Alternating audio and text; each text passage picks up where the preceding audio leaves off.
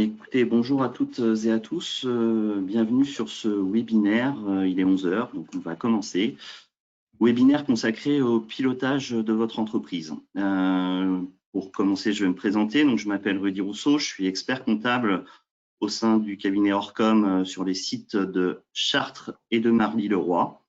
Je suis accompagné pour animer ce webinaire par Maxime Girardot. Je vais te laisser te présenter, Maxime. Oui, bonjour. Donc, Maxime Girardot, moi je suis d'Orcom Orléans, je suis directeur de mission et au sein d'Orcom, je suis particulièrement des petites entreprises. J'ai une clientèle composée principalement de TPE. Et donc, ce webinaire est l'occasion pour toute entreprise de faire le point sur les différents outils à disposition pour piloter dans le cadre de ce contexte. Oui, effectivement, on a décidé en fait de vous présenter ce webinaire compte tenu de la situation actuelle. Après 2 mois de confinement, les entreprises retrouvent progressivement leur activité avec des aléas qu'il convient d'anticiper. Donc, après avoir actionné tous les leviers pour préserver leur trésorerie, que ce soit par le biais de la mise en place des PGE ou du report de charges fiscales et sociales, il est temps pour les dirigeants de mettre en place un véritable plan de sortie de crise. Pour ça, plusieurs solutions. La situation intermédiaire, au bout de 6 mois d'activité, nous permet de faire une mise au point et de faire un petit peu un topo de cette crise. L'atterrissage qui va permettre de voir un petit peu comment la reprise s'est faite et comment vous pouvez anticiper le résultat de fin d'exercice et de tableau de bord pour avoir un suivi tout au long de l'année. Voilà le sommaire, et puis je vais vous faire également en introduction une petite présentation brève d'Orcom. Donc Orcom en chiffres, c'est aujourd'hui 835 collaborateurs, 53 associés, implantés sur 25 sites nationaux, dans 7 régions principalement. À l'international, une implantation en Chine sur 4 sites, 3 aux États-Unis et 1 en Angleterre. Aujourd'hui, nous avons 11 600 clients. Notre chiffre d'affaires est réparti sur nos 3 grands métiers, donc l'expertise comptable pour 46%, le conseil pour 39% et l'audit pour 15%. Et nous réalisons aujourd'hui un chiffre d'affaires de 81 millions.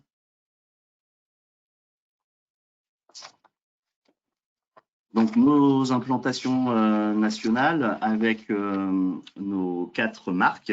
Donc, Orcom pour la partie expertise comptable et conseil audit. Donc, avec des implantations qui vont de Valenciennes à Toulouse, en passant par de Tours à Besançon, on va dire. La partie ressources humaines, donc la marque Actiforce, avec leurs 4 grands métiers, qui est le recrutement, l'approche directe, l'audit, le conseil et le coaching, la formation, et puis l'accompagnement des carrières et des transitions. Stratorial pour la gestion et le conseil en finances publiques. Et le dernier arrivé, H3P, donc pour tout ce qui est financial advisory et outsourcing, avec 4 secteurs spécifiques qui sont l'immobilier, l'infrastructure, l'énergie et l'audiovisuel.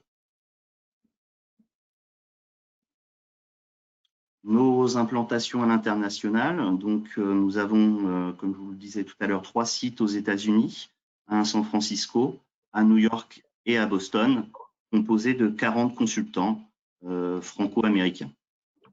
En Angleterre, nous avons 10 consultants basés à Londres. Pour la partie Orcom international, donc basée à Paris, donc nous avons 50 consultants, essentiellement avec des relations franco-italiennes, pour implanter les filiales de groupes italiens en France. Et puis notre implantation en Chine avec 70 consultants, donc sur les sites de Pékin, Canton, Hong Kong et Shanghai.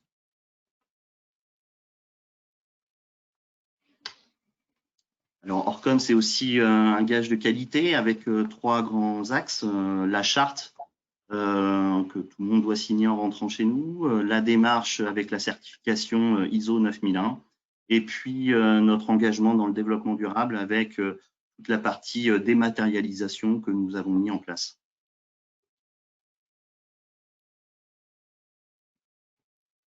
Et enfin, pour finir cette présentation d'Orcom, notre offre, donc structurée, qu'on a appelée offre 360 degrés, afin d'entourer tous les besoins du chef d'entreprise, avec sur cette roue différents rouages, on va dire. Donc, la partie conseil et expertise comptable, outsourcing, la partie audit commissariat aux comptes, la partie financial advisory, la partie légale, la partie fiscale, la partie également gestion et patrimoine privé, la partie paye et conseil et droit fiscal, et enfin, avec ActiveForce, la partie conseil et ressources humaines.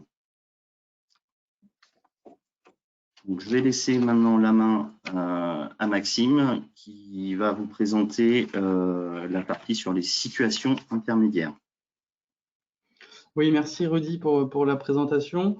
Donc, on va démarrer sur les sujets de ce webinaire, hein, sur la situation intermédiaire. Donc, pour commencer, il faut définir ce qu'est une situation intermédiaire, parce qu'aujourd'hui, peut-être que tous les participants ne connaissent pas ce terme. Alors, simplement, quand vous êtes une entreprise, vous avez l'obligation, enfin une société ou une entreprise individuelle, tous les ans, avec l'aide de votre expert comptable, vous établissez les comptes annuels de votre entreprise. Donc, sur un exercice d'en général 12 mois, sauf quelques cas exceptionnels. La situation comptable intermédiaire, c'est à peu près la même chose, mais que vous réalisez en cours d'année. Hein, donc, dans la définition que nous avons mise, c'est une photographie en cours d'année de la situation comptable de l'entreprise.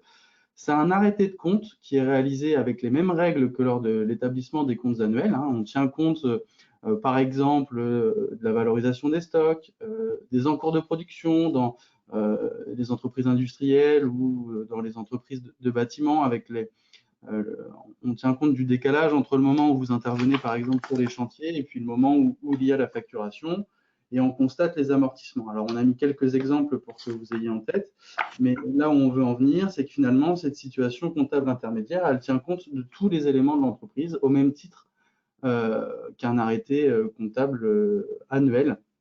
C'est simplement qu'il est fait en cours d'année. Alors, dans certaines entreprises, c'est une pratique qui est faite tous les 6 mois, dans d'autres, c'est tous les trimestres. Après, ça dépend bien évidemment de la taille de l'entreprise. Hein. Mais là, aujourd'hui, compte tenu du contexte, il peut être primordial de faire cet état des lieux. Alors, toutefois, une petite nuance quand même, elle est moins contraignante dans la mesure où ces comptes intermédiaires, ils vont être établis avec l'attestation de votre expert comptable. Par contre, ils ne feront pas l'objet d'un dépôt au greffe ni auprès de l'administration fiscale. Hein. Ils ne servent pas à calculer l'assiette de l'impôt sur les sociétés, par exemple. Toutefois, ils apportent quand même une assurance suffisante pour les tiers à qui vous serez susceptible de la communiquer. Par exemple, un banquier pour le rassurer ou un investisseur. Et donc, là, la situation peut avoir son rôle à jouer. Ensuite, pour faire le lien avec le contexte actuel du Covid-19, l'autorité des normes comptables, alors c'est plus pour information qu'on l'a mis, mais recommande fortement de réaliser des situations intermédiaires, d'une part pour piloter l'entreprise et de prendre les bonnes décisions. Toutefois, au 30 juin, nous sommes le 1er juillet, mais réaliser une situation au 30 juin, juste après une période de confinement, d'activité partielle qu'a pu connaître votre entreprise, peut être le bon moment pour réaliser ce genre de travail, pour les simples et bonnes raisons que nous avons listées. Premièrement, cette situation intermédiaire va vous permettre de faire un état des lieux économiques et financiers de l'entreprise. Vous allez faire ce même travail que lors de l'établissement des comptes, et donc vous allez pouvoir chiffrer l'impact et les conséquences de ce ralentissement économique sur l'activité de votre entreprise. Et d'autre part, autre point très important, avec toutes les aides qui ont été mises en place par le gouvernement, vous allez pouvoir mesurer et chiffrer leurs impacts à la fois sur le compte de résultat et également sur la trésorerie. Donc, la situation comptable intermédiaire va permettre de réaliser cet état des lieux et de mesurer et de chiffrer les conséquences du ralentissement et des aides dont vous avez pu bénéficier au travers du chômage partiel, de l'annulation du report de charges sociales et fiscales, la mise en œuvre d'un prêt garanti d'État, ou par exemple aussi pour les commerçants, le report du loyer. Alors, on vous a mis un exemple d'une situation intermédiaire. Alors, ces quelques images font partie des supports que nous remettons à nos clients. C'était simplement pour vous montrer que finalement, c'était la restitution était à l'identique qu'un compte que des comptes annuels réalisés de manière traditionnelle. Hein, donc là, vous avez par exemple un bilan. Alors là, c'est sur une situation 31 mars versus 30 juin 2019 et un compte de résultat qui s'arrête, vous voyez, au résultat d'exploitation. Hein, il n'y avait pas d'éléments exceptionnels dans cette entreprise-là et on n'avait pas calculé l'assiette de l'impôt, mais en tout cas, ça permet de chiffrer comment les impacts de ce contexte particulier sur l'activité de l'entreprise. Donc, c'est la première étape, si je puis dire, à réaliser dans le cadre de ce contexte, c'est-à-dire la situation intermédiaire vous permet de faire cet état des lieux et après va permettre de préparer un autre travail que Rudy va vous présenter par la suite avec un atterrissage. Rudy, je te laisse la main. Alors, Okay. excusez-moi, j'étais un peu trop vite. On a fait une campagne de communication auprès de nos clients par rapport à cette situation intermédiaire, hein, parce que comment on a réalisé un questionnaire à chaud pour avoir le ressenti des dirigeants hein, de nos clients sur le contexte. Et ce besoin s'est réellement fait ressortir sur les rendus de ces questionnaires, de faire le point sur l'activité de l'entreprise et de faire cet état des lieux. Donc, vous avez sur notre site internet, mais également dans les bannières des signatures de mail de tous les correspondants Orcom, un raccourci vous permettant de faire une demande de contact pour un rendez-vous pour établir une situation intermédiaire. Donc, si vous êtes intéressé, alors je vous invite à prendre contact avec vos correspondants habituels ou bien à utiliser ce formulaire qui a été mis en place. Merci Maxime. Donc moi, je vais reprendre la main sur l'atterrissage de fin d'année. Donc, pour reprendre les dires de Maxime, la situation intermédiaire permet de faire un état des lieux et de mesurer quelque part l'impact qu'a pu avoir le Covid-19 sur votre activité. L'atterrissage va permettre, lui, de calculer un petit peu et de ressentir le démarrage de votre entreprise suite à la période de déconfinement qu'on est en train de vivre. Donc, l'atterrissage, quelques mots, qu'est-ce que c'est exactement? L'atterrissage consiste à anticiper le résultat à la clôture des comptes annuels, et ce, en cours d'exercice. En fin d'année, l'atterrissage budgétaire consiste à mettre à jour les prévisions en fonction des résultats de l'année écoulée et des objectifs à venir. Voilà quelques définitions de l'atterrissage. Il s'agit également d'opérer des prévisions en budget glissant. C'est remonter, associe des données réelles à la date de l'atterrissage et établit et des données prévisionnelles, pardon, pour les mois restants à courir jusqu'à la clôture des comptes. C'est-à-dire qu'on va, lorsqu'on a une situation et qu'on a la chance d'avoir fait une situation intermédiaire, ça va nous permettre d'avoir une assise permettant de faire un atterrissage juste et le plus juste possible. Le but est de déterminer le résultat qu'on aura sur notre exercice à la clôture de nos comptes. Donc, vous allez, selon votre date de clôture, avoir peut-être besoin d'un atterrissage immédiatement ou d'une situation et après un atterrissage. Tout dépend en fait de votre clôture. Pourquoi? Je l'ai déjà un petit peu dit, mais vaut mieux se répéter. Donc, durant la crise du Covid-19, les entreprises ont actionné tous les leviers pour préserver leur trésorerie, que ce soit la mise en place du prêt garanti par l'État, par le report des charges fiscales et sociales, et puis pour les commerçants pour qui ça pèse souvent beaucoup dans les charges externes, le report des loyers quand ils ont pu. Ces mesures d'urgence ont permis d'avoir pour les entreprises une bulle d'oxygène, mais ce serait-ce que des reports et des décalages dans le temps, il faudra bien procéder à son remboursement ou à son rattrapage d'échéance. Donc, l'enjeu de la trésorerie et du pilotage d'entreprise va être primordial dans les mois qui viennent. L'atterrissage va permettre donc de connaître le résultat à la fin de l'exercice de l'entreprise ou de s'en rapprocher au maximum. Il sera donc un véritable indicateur pour vous, chef d'entreprise, pour savoir s'il pourra faire face à tous ces décalages. Ainsi, le dirigeant pourra, en fonction de ces données, prendre les bonnes décisions et piloter son entreprise. Cet exercice est donc primordial, surtout dans un contexte de crise. Et la trésorerie est un peu le moteur, enfin l'essence qui permet d'alimenter le moteur qui est votre entreprise. Donc, il faudra évidemment surveiller que votre trésorerie permet de faire face à tous vos engagements. Donc, l'atterrissage est quelque part permet également de piloter votre trésorerie. Donc, le slide suivant, on va reprendre les grandes bases de la gestion de trésorerie. Et donc, je vais vous reprendre quelques des grandes définitions par l'approche fonctionnelle du bilan. Donc, qu'est-ce que le fonds de roulement? Le fonds de roulement, c'est ce que vous voyez ici sur la présentation du bilan. Donc, en partie bleu ciel, donc c'est les ressources durables moins les emplois stables, c'est-à-dire vos capitaux propres plus vos dettes, moins les IMO, que ce soit corporel ou incorporel.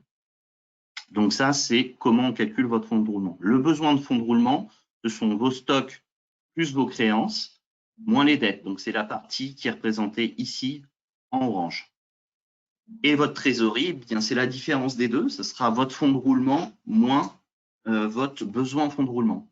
Donc votre trésorerie, si votre fonds de roulement est supérieur à votre besoin de fonds de roulement, votre trésorerie sera positive. Si c'est l'inverse, eh bien, elle sera négative. Les investissements doivent donc être financés par des ressources durables afin de ne pas peser sur la trésorerie de votre entreprise. Et puis, si le passif exigible est inférieur à l'actif disponible, eh ben, vous êtes tout simplement ce qu'on appelle en état de cessation de paiement. Donc, dans ce cas-là, tous 45 jours, vous devez vous présenter auprès du tribunal de commerce du président du tribunal de commerce pour indiquer votre situation. Les liquidités, c'est les liquidités, c'est l'aptitude de l'entreprise à faire face donc à ses dépenses par une circulation optimale de ses flux de trésorerie. La solvabilité, donc on reprend des termes un peu techniques, l'aptitude de l'entreprise à rembourser ses dettes. Et enfin, l'autonomie financière, c'est la possibilité pour l'entreprise de décider de façon indépendante l'utilisation de ces fonds. On peut passer au slide suivant. Donc, quelles sont les raisons pour créer des tensions en termes de trésorerie? Donc, ça peut être déjà sur une incidence par rapport, comme on vient de le définir, au fonds de roulement de l'entreprise. Donc, premier cas, vous allez avoir une rentabilité insuffisante. Donc, une rentabilité trop faible est un facteur courant de difficulté de trésorerie avec une incidence directe sur la capacité d'autofinancement. Donc, d'investissement. Comment on calcule la capacité d'autofinancement? C'est tout simplement votre résultat de l'exercice plus vos dotations d'amortissement. C'est un ratio qui est regardé par tous les banquiers afin de savoir si vous avez les capacités pour faire face au remboursement de vos emprunts. Donc, c'est un ratio qu'il convient de maîtriser absolument pour pouvoir montrer à ses partenaires financiers que vous êtes en mesure de faire face aux prêts. Cette rentabilité insuffisante peut être liée à plusieurs causes. La première, c'est des charges trop élevées qui minent la santé financière de l'entreprise. Ça peut être des prix insuffisants. Alors là, on parle plutôt de chiffre d'affaires, hein, donc une facturation qui ne correspond pas à vos coûts. Et puis, une stratégie marketing inadaptée pour atteindre un nombre de clients suffisant ou encore une offre trop peu diversifiée pour satisfaire la clientèle. Au niveau du fonds de roulement insuffisant, donc le fonds de roulement doit permettre de financer le cycle d'exploitation normal de l'entreprise et donc ses dépenses courantes avant qu'elle perçoive le paiement de la part de ses clients. Donc, quand est-ce qu'on va avoir des tensions sur le fonds de roulement? Eh bien, cette situation, elle est présentée ici au niveau des capitaux propres, lorsque les capitaux propres sont insuffisants. Donc là, dans ce cas-là, possibilité de faire une augmentation éventuellement de capital. Une dette bancaire qui est mal dimensionnée, donc une obtention de prêts trop importants et des difficultés et des cash flows qui ne permettent pas de rembourser ces prêts, ou une structure de dette financière pas adaptée en gestion entre l'actif et le passif. Voici les incidences en fait qu'il y a sur le fonds de roulement. Après, il peut y avoir d'autres tensions qui sont là des incidences sur votre besoin en fonds de roulement cette fois. Donc là, 3 grandes causes. Les délais de paiement trop importants, une croissance non maîtrisée ou un stock, pour ceux qui sont concernés, un stock trop important. Donc pour les délais de paiement trop importants, accorder des délais de paiement à ses clients est une pratique courante et tout à fait commerciale, mais elle contribue parfois à fragiliser la santé financière de l'entreprise. Donc il faut toujours faire attention à ne pas se retrouver dans des situations délicates en termes de gestion de trésorerie. Donc il faut bien surveiller les délais de règlement de vos clients, donc avoir un suivi permanent sur vos délais de règlement, c'est primordial. Et faire attention également de respecter bien sûr les échéances de vos factures fournisseurs, mais de ne pas les payer trop vite. Donc avoir des délais fournisseurs insuffisants. Ou après négocier avec vos fournisseurs des délais de règlement un peu plus importants. Les tensions de trésorerie donc, peuvent être liées aussi à une croissance non maîtrisée. Donc certaines entreprises, donc on le voit beaucoup avec les startups, ceux qui ont une croissance exponentielle ont parfois des tensions en termes de trésorerie. Donc pour ça, alors quand est-ce qu'on le voit, c'est parce que ils ont mal anticipé cette situation et n'ont pas en fait financé leurs besoins en fonds de roulement en amont. Donc pour produire en plus, il faut engager davantage de ressources sans disposer nécessairement des ressources disponibles suffisantes pour faire face au décalage d'encaissement des produits. Au niveau du stock, donc là c'est pareil, immobiliser du stock, c'est quelque part immobiliser de la trésorerie. Donc il faudra faire attention de ne pas avoir des stocks trop importants. Donc ça peut être lié à une mauvaise politique d'achat. Donc là ça va être plutôt sur des stocks de matières premières ou une gestion de stock défaillant. Donc ça peut être des problèmes de production, on produit trop et on a le service logistique qui ne peut pas faire face, ou des problèmes liés au service logistique qui n'est pas adapté à la structure de votre entreprise. Et ça peut être également des problèmes de saisonnalité. Voilà, si vous êtes marchand, je ne sais pas moi, de manteaux d'hiver et que vous en produisez énormément au printemps, bien, vous allez avoir des stocks durant tout l'été. Donc, quelque part, vous immobilisez de la trésorerie et elle ne se retrouve pas évidemment sur votre compte bancaire. Donc, comment anticiper et maîtriser les besoins de trésorerie? Donc, il existe différents outils qui vous permettent de piloter votre trésorerie. Avec des mises à jour plus ou moins récurrentes. Donc, la première, c'est le plan de financement. Donc, c'est quelque chose qu'on fait une fois à l'année. C'est plutôt une approche qu'on dit globale. Donc le plan de financement, en quelques mots, sa structure est donc proche du tableau de flux de trésorerie et permet de vérifier que globalement, les prévisions d'exploitation permettront de faire face aux engagements, c'est-à-dire les dettes bancaires, la distribution de dividendes ou le besoin en fonds de roulement. Également, le budget d'investissement, donc ça permet d'anticiper les besoins de financement en couverture des investissements. Pour le budget de trésorerie prévisionnelle, donc là, c'est une approche également, mais qui sera cette fois mensuelle, qu'on établit une fois à l'année.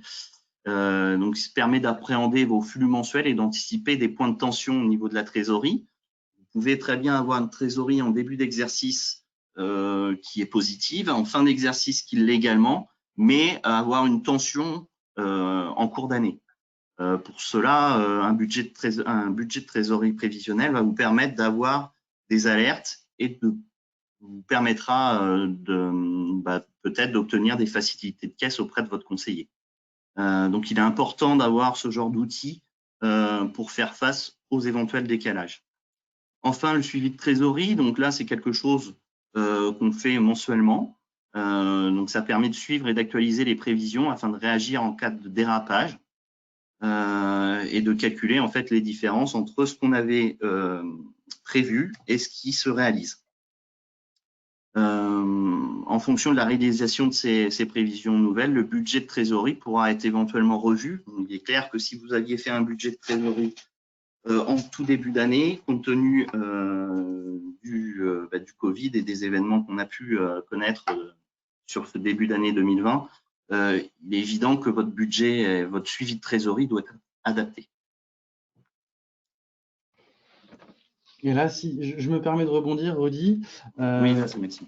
Et là, c'est à ce moment où on est en milieu d'année, où vous vous intéressez, où vous comptez faire ce travail de situation intermédiaire et de travailler sur un atterrissage qui va vous permettre d'avoir le prévisionnel à la fin de l'année 2020, de pouvoir aussi de mettre en place ce genre d'outils pour que vous vous assuriez que vous n'allez pas être face à des ruptures de trésorerie par une reprise de l'activité qui peut se faire plus forte sur le dernier trimestre, par exemple, et qu'à ce moment-là, vous n'ayez pas la trésorerie nécessaire pour faire face à ce redémarrage plus en force de l'activité.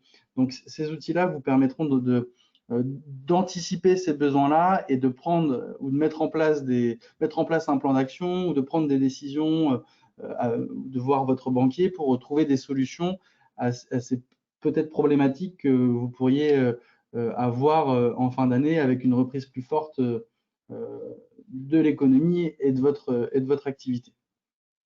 Pour rebondir sur ce que vient de dire Maxime, il convient aussi d'avoir bien à l'esprit que même si vous avez déjà demandé un PGE, tant que vous n'avez pas atteint les 25% fixés donc en limite par l'État, les 25% de votre chiffre d'affaires, vous pouvez tout à fait redemander un PGE avant le 31 décembre 2020. Sachez-le, et ça peut être aussi un outil qui vous permet de passer par rapport à une tension de trésorerie, ça peut être un outil qui vous permet de passer le cap.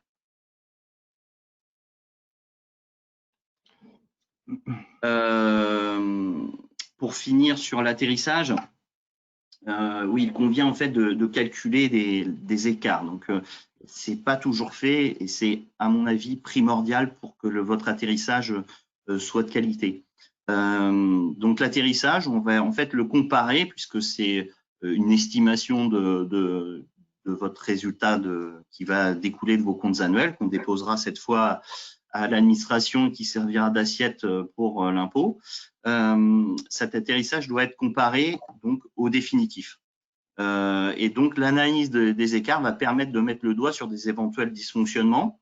Alors, est-ce que c'est un problème d'anticipation sur l'atterrissage ou est-ce qu'il y a des fonctions dans votre entreprise qui sont dégradées sur la fin de l'année?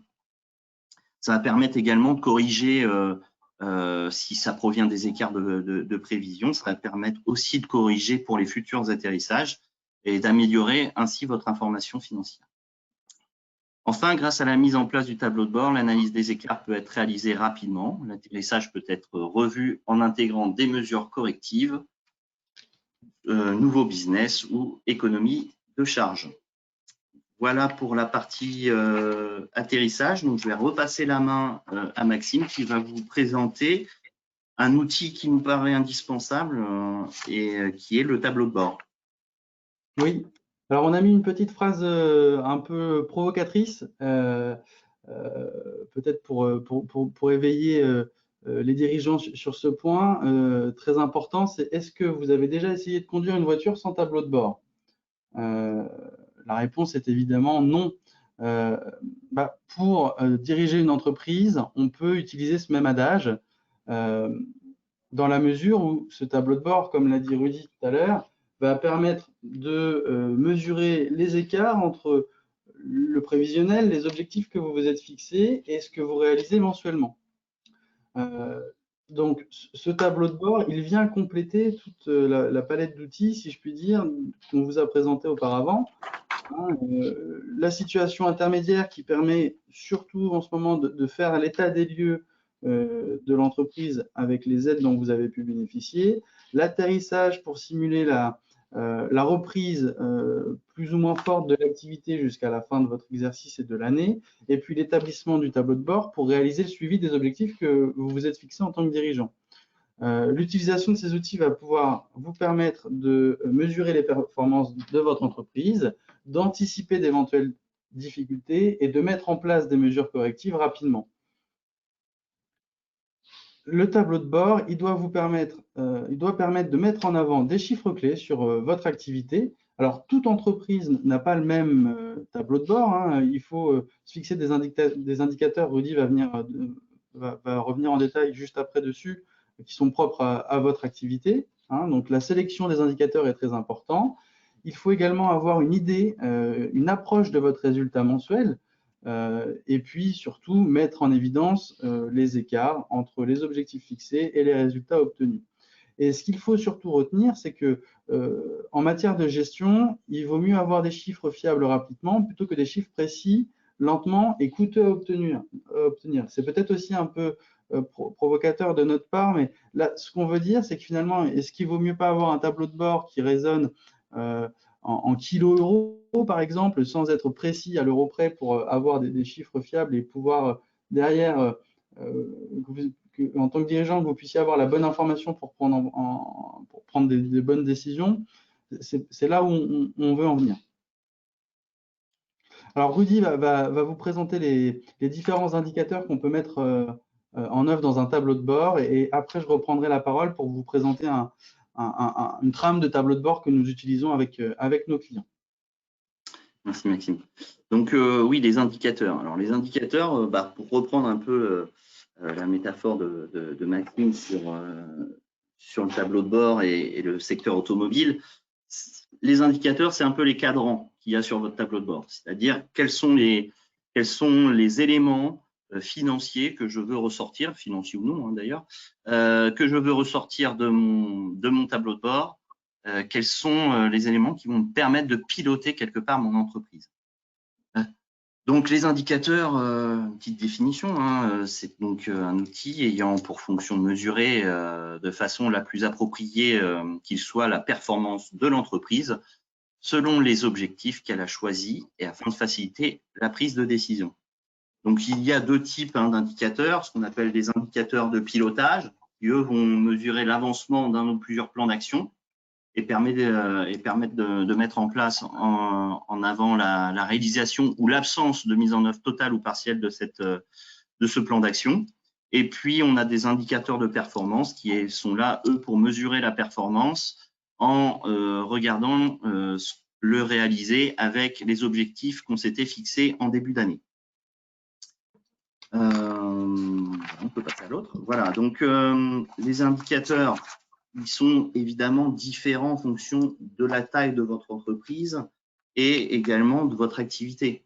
Mettre, par exemple, un indicateur sur je sais pas, par exemple, le montant de vos stocks, eh bien, cet indicateur-là, pour quelqu'un qui est dans le service, n'aura évidemment aucun intérêt, mais par contre, quelqu'un qui a très peu de stock, hein, par exemple, quelqu'un dans le bâtiment qui va avoir très peu de matières premières en stock, ça ne va pas être des indicateurs très parlants. Par contre, le chiffre d'affaires, la marge de production, ces indicateurs-là, eux, ces entreprises-là, vont leur parler. Donc, ceux qu'on retrouve le plus souvent, hein, ce sont les indicateurs évidemment de chiffre d'affaires, qui sont les plus faciles aussi à obtenir. La marge, avec un stock qu'on estime constant, hein, pour avoir des chiffres rapides et faciles à obtenir. Voilà, le mieux est l'ennemi du bien, hein, c'est-à-dire que le but est vraiment d'avoir des informations et une restitution instantanée afin que vous puissiez tout de suite, je dirais, mettre un coup de volant, toujours pour rester dans le secteur automobile, et pour mettre un coup de volant et puis pouvoir bien piloter votre entreprise. Pour aller plus loin, il est possible également de réaliser un budget annuel mensualisé et de suivre ces indicateurs plus fins et plus précis.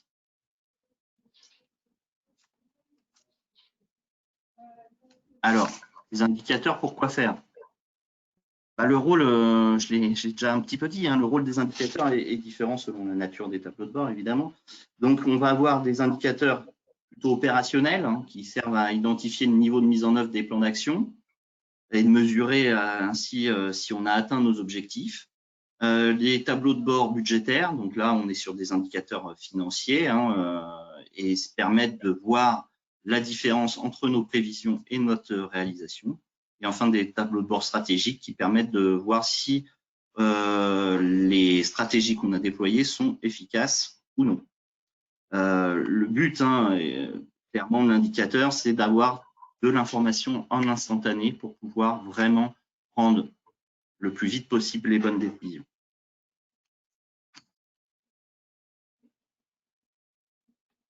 Alors, comment choisir ces indicateurs? La première règle, est bien évidemment à respecter, c'est que les indicateurs sélectionnés doivent être facilement accessibles, fiables et obtenus rapidement. Pour être pertinents, les indicateurs doivent délivrer des informations clés et simples à comprendre, que ce soit pour le chef d'entreprise, mais également aussi ce qui peut être diffusé au niveau de l'entreprise à vos collaborateurs. Les indicateurs doivent être adaptés à votre entreprise et vous permettre d'identifier immédiatement la performance ou non de celle-ci. Pour choisir les indicateurs à suivre, il convient de se poser des questions liées à votre projet ou à votre situation. Là, on est force aussi de proposition, c'est-à-dire que lorsque vous rencontrez votre conseiller, donc votre collaborateur ou l'associé qui est en charge de votre dossier, on va vous aider à définir les indicateurs qui sont pour nous les plus parlants pour diriger votre entreprise. Donc, dans le contexte actuel, il est important de choisir des indicateurs adaptés à la gestion de votre trésorerie, évidemment. Hein. Il peut s'agir du besoin en fonds de roulement, de l'autofinancement, mais aussi du suivi des créances clients et ou du montant des stocks. Si vous vous rappelez un petit peu de la présentation sur les flux financiers, sur la partie gestion de trésorerie qu'on vous a fait, ce sont des indicateurs qui vont permettre de savoir si vous allez pouvoir faire face au remboursement et au décalage des charges. Donc après, je redonne donc la main à Maxime qui va vous présenter un petit exemple de rendu, hein, quelque part, de tableau de bord. Je laisse la main à Maxime. Oui, merci Rudy. Donc là, je vais vous présenter quelques slides sur les tableaux de bord budgétaires, hein, qu'on établit avec nos clients. Donc sur ces tableaux de bord-là, on est plus, si je reviens sur le support, hein, sur ce tableau de bord budgétaire qui va présenter des indicateurs financiers et qui va comparer un prévisionnel, le budget, avec le réalisé mensuel, à la fois donc mensuellement et en cumul depuis le début de l'année.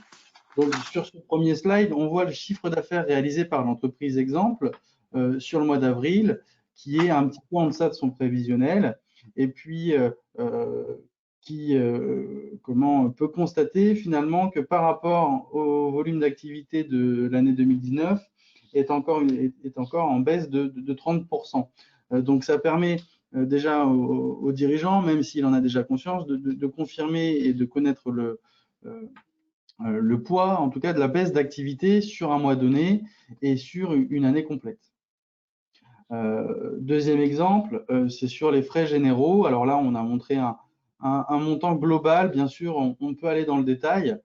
Après, c'est au choix de chaque dirigeant. Bon, là, globalement, il n'y a pas de variation significative par rapport au budget. On est bien en deçà de N-1. Bon, c'est lié aussi à des économies réalisées, hein, puisqu'on est sur la donnée d'avril 2020. Sur les frais de personnel, pareil, un petit ratio alors pas un ratio, pardon, un montant entre les écarts entre le réalisé et le budget. Donc là, quand on voit des écarts aussi significatifs, il est important pour le dirigeant finalement de se dire mais pourquoi j'ai un écart de 30%? Donc là, dans ce cas-là, on a obtenu la réponse, c'est que dans le budget initial, il n'avait pas été corrigé de la mise en place de l'activité partielle. Donc ça permet après de repeaufiner l'atterrissage à la fin de l'année. De mettre en place des mesures correctives. Je vous présente encore un slide sur quelques points sensibles qui permet d'avoir le détail sur quelques postes. Donc là, par exemple, on voit tous les mois, le dirigeant arrive à suivre l'impact du chômage partiel. Hein, donc on a mis ça en place pendant le confinement. Ensuite, vous avez une synthèse du compte de résultat finalement qui a été réalisé sur le mois en cours. Donc, malgré le contexte, la dirigeante a pris peut-être de bonnes décisions ou n'a pas eu une baisse d'activité aussi importante que prévu. Donc, ça permet quand même de maintenir un niveau de résultat. Et donc, ça peut être aussi rassurant pour le dirigeant. Et enfin, on a exactement la même information de façon cumulée.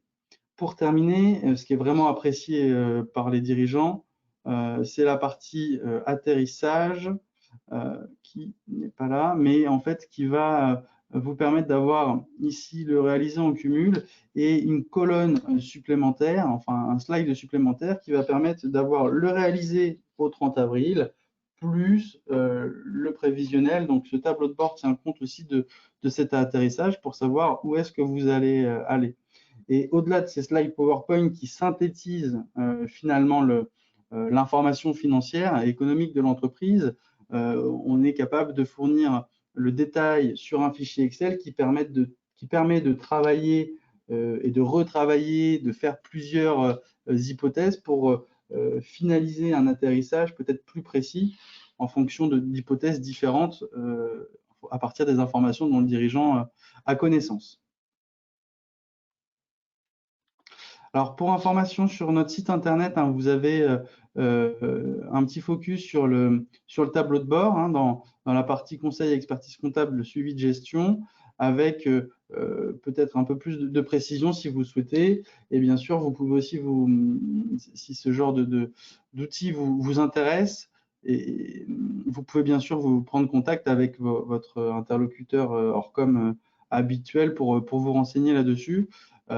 C'est quelque chose qui, à mon sens, n'est pas assez mis en place dans les petites structures où seulement quelques indicateurs sont suivis, à savoir le niveau de trésorerie et peut-être le chiffre d'affaires. Par contre, d'avoir ce genre d'informations, d'autant plus en ce moment, c'est primordial peut-être pour voir d'éventuelles économies de charges, se poser la question au niveau de futures embauches ou pas. Donc, il faut sur ce point se faire accompagner et nous sommes tout à fait à même de le faire avec les outils dont nous disposons. Merci Maxime. Je reprends la main, Maxime. Donc, désolé. Du coup, on arrive bientôt à la fin de notre webinaire puisqu'il était prévu sur 45 minutes. Nous avons éventuellement, si vous avez des questions, n'hésitez pas à utiliser le chat et Maxime les lira pour qu'on puisse y répondre. Donc, n'hésitez pas, c'est le moment où vous pouvez poser vos questions et on tâchera d'y répondre. Alors, est-ce qu'il y a des questions, Maxime, déjà? Alors, pour le moment, non.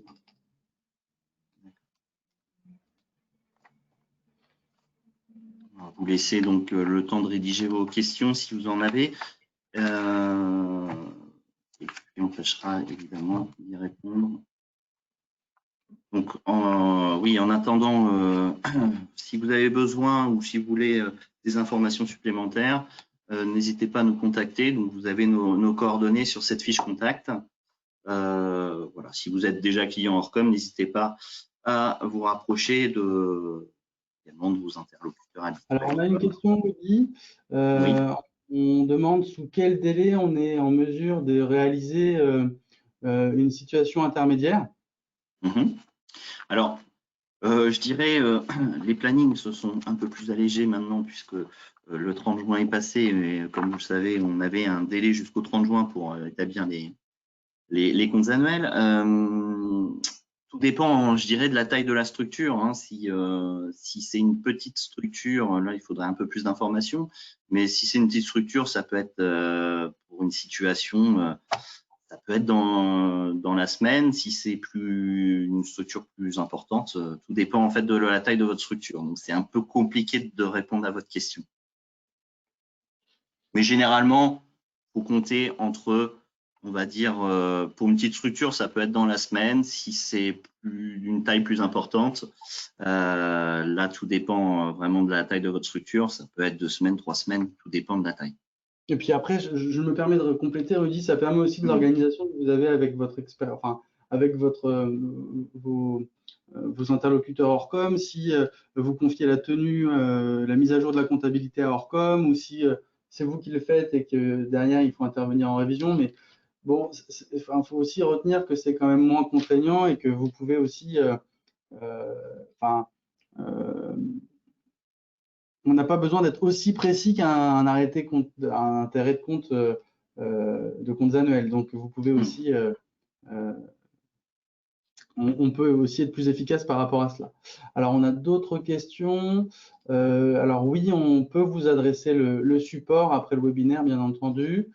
Et autre question, alors très précise. Alors, la ligne achat consommé est calculée à partir des inventaires. Alors, si je reviens sur le support, ici, sur l'achat consommé, alors on peut, après c'est un mode de fonctionnement que vous pouvez, qu'il faut définir en fait à la mise en place de la mise en place de ce tableau de bord.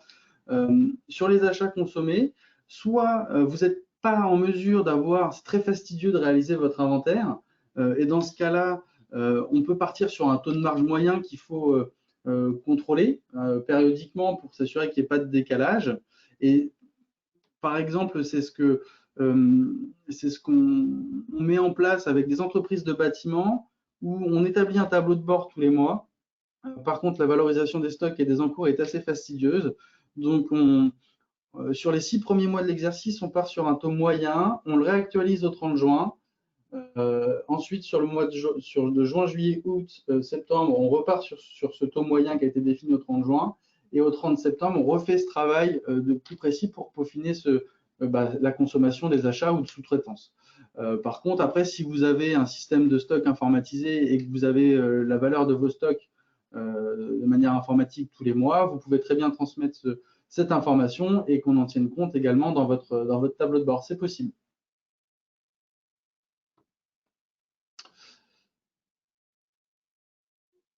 Alors, pas d'autres questions. J'espère avoir été clair sur votre question sur la consommation des achats. Après, s'il y a besoin, n'hésitez pas à nous recontacter. Hein. On vous enverra donc à tous le support. Du coup, vous aurez nos contacts dans ce support. Voilà. Et s'il n'y a plus de questions, on va pouvoir clôturer ce webinaire. Bon, merci. Merci évidemment de votre attention. Merci Maxime pour la co-animation. Et puis, à bientôt. Merci, au revoir. Bonne journée, au revoir.